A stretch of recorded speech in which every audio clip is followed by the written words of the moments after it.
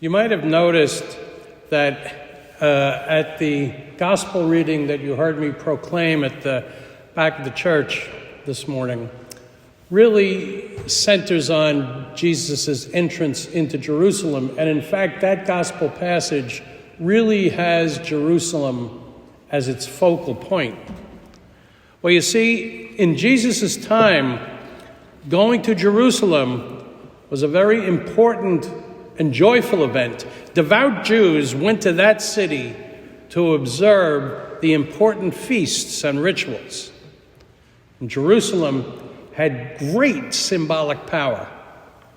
The temple was in Jerusalem, and it was in and around the temple that all of the important ceremonies were performed. And the Romans were there too. And so that city was a place of worldwide convergence, not only of religious power and authority, but also of social and military and economic forces. So for these many reasons, Jerusalem was the center of the Jewish world. So Jesus goes to the place where religious and secular powers are concentrated. And he goes there at the most important time in the Jewish calendar, the Feast of Passover. And Jesus and his disciples, they knew how dangerous this journey was going to be. Neither the religious nor the military powers in the city could ignore Jesus' presence. His theological position about God's compassion for sinners and inclusion for outcasts, that was much too upsetting to the status quo that the religious leaders were trying to maintain. There were many different opinions and movements throughout the whole Jewish tradition, but Jesus' teaching about God's reign had gone too far for most of the religious establishment.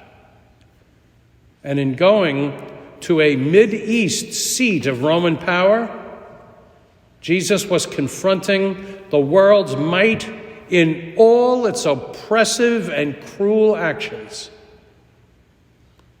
And once Jesus enters Jerusalem, those powers in charge, they move really quick, don't they? You just heard that. He's promptly captured, sentenced, and then he's nailed to the cross. So why did he go to Jerusalem anyhow? Why not lay low and stay out of trouble? Or, I mean, he should continue preaching, but from a safe distance.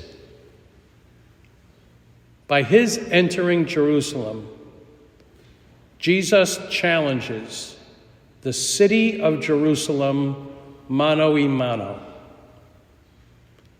It's in the same way that he challenges our modern Jerusalems, our misplaced respect for all kinds of power, powerful government, religious status, middle-class values, physical and intellectual achievement, and economic success.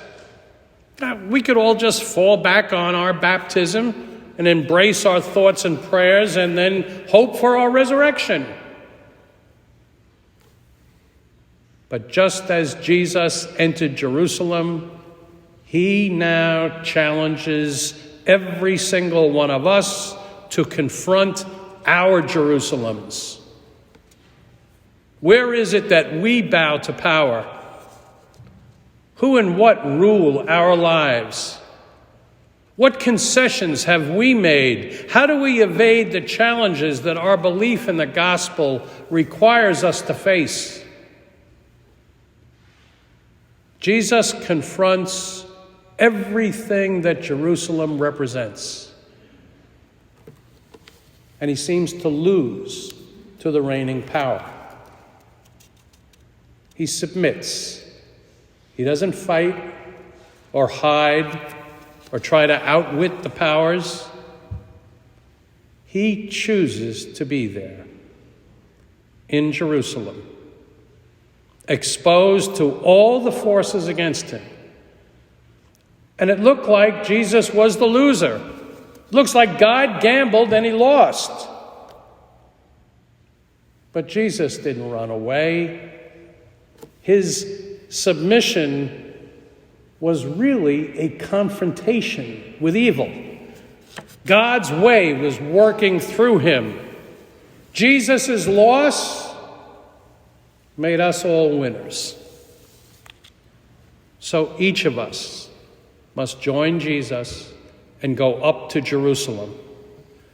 Like Jesus, our personal Jerusalem might be a place where we seem to be the losers, where our faith values are disregarded or trashed, where we face daily encounters with forces that oppose our best efforts, where political structures defeat the disenfranchised, and where the world of high-tech and privileged education broaden the gap between the haves and the have-nots.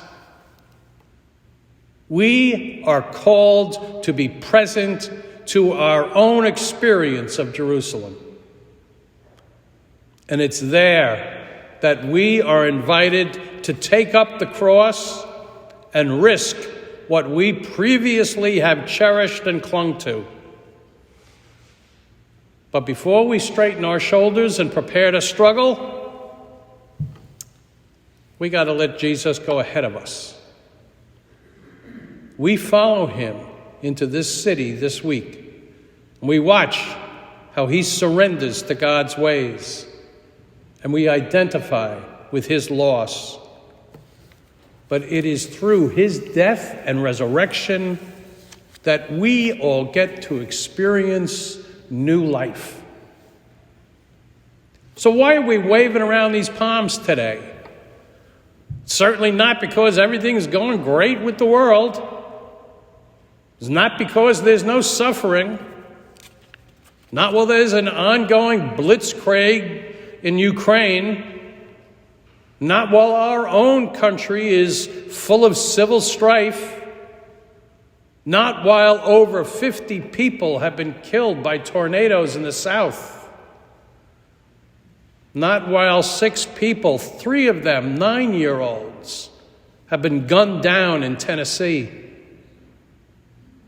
We are not waving our palms in ecstatic religious display because our eyes are closed to reality. There is too much suffering in the world to do that.